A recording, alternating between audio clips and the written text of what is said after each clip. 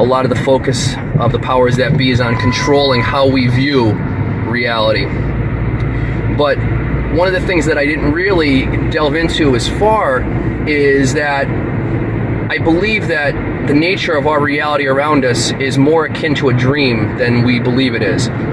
And the way that can help us out by viewing it that way and understanding that that's what it is when we have a dream at night, and if we dream of a pink elephant with wings flying around, when we wake up during the day, we don't go, oh my God, how did that pink elephant get there with the wings? What conspiracy is behind that pink elephant? We just accept the fact that our consciousness created it for whatever reason. It was a symbol that was drawn out from our own consciousness.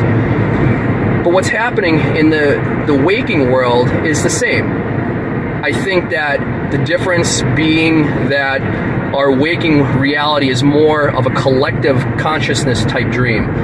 If you've ever done any kind of dream work, there's ways of dreaming with other people where you're actually entering other people's dreams. And I think that the waking consciousness is not as waking as we believe it is to be, which makes it really funny when people say that they're woke.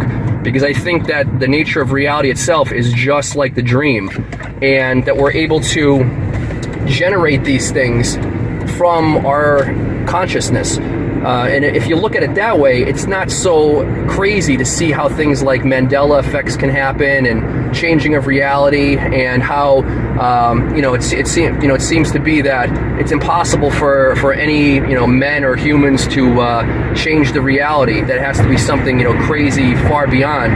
If we start to understand the mechanisms by which reality is created, then it doesn't become so implausible to think that all of us could be helping to generate these changes and the strange anomalies that are around us.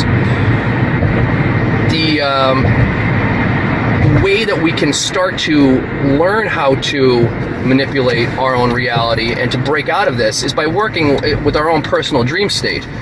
If you've ever done any work with dreams, you've possibly experienced a lucid dream where you understand that you're dreaming, and once you do that, you're able to make changes in the dream. You're able to consciously control the outcome of the dream.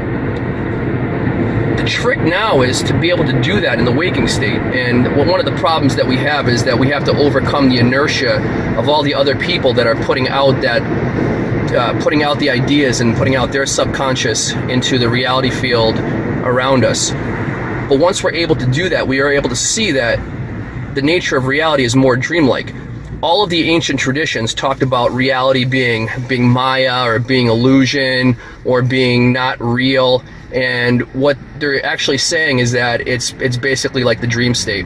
So once we understand this, we could actually start to work to clear our own view of reality, and then possibly make a difference in the reality field around us.